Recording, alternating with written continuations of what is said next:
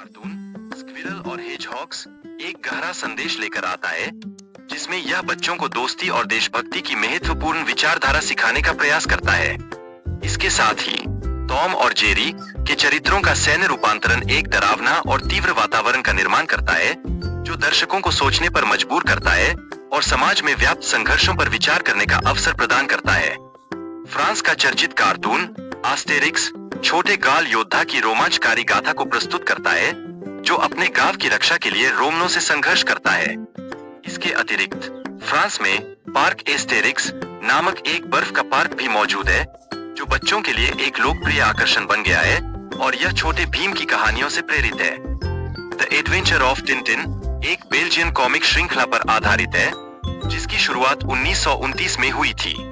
यह श्रृंखला एक युवा रिपोर्टर की रोमांचक और अद्भुत कहानियां प्रस्तुत करती है। किड वर्सेस कैट एक कनाडाई कार्टून है, जिसमें एक भाई और बहन की दिलचस्प कहानियां शामिल है, जिसमें एक अजीब और मजेदार कैट की भूमिका होती है। कहानी एक छोटे गांव में सेट की गई है, जहां एक शिक्षिका जिया दिन में स्कूल में पढ़ाती है और रात में एक नायिका बनकर बुर्का पहनती है, जो इसके कथानक को और भी रोचक बनाता है।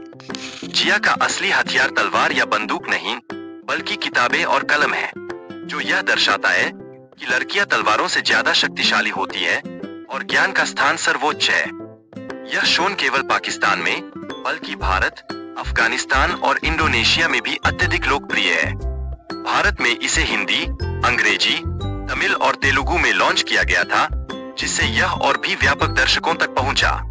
जापान में लोकप्रिय शो जैसे कि ब्लीच, नारुतो और वन पीस का बच्चों और युवा दर्शकों पर गहरा प्रभाव है, जो इनकी विषय वस्तु और चरित्र विकास की चरम सीमा को दर्शाता है। दुनिया भर में प्रचलित पुराने कार्टून जैसे डोरेमोन और शिनचैन अब भी बच्चों में अत्यधिक लोकप्रिय है, जो उनके स्थायी प्रभाव और वंश परंपरा को दर्शाते हैं।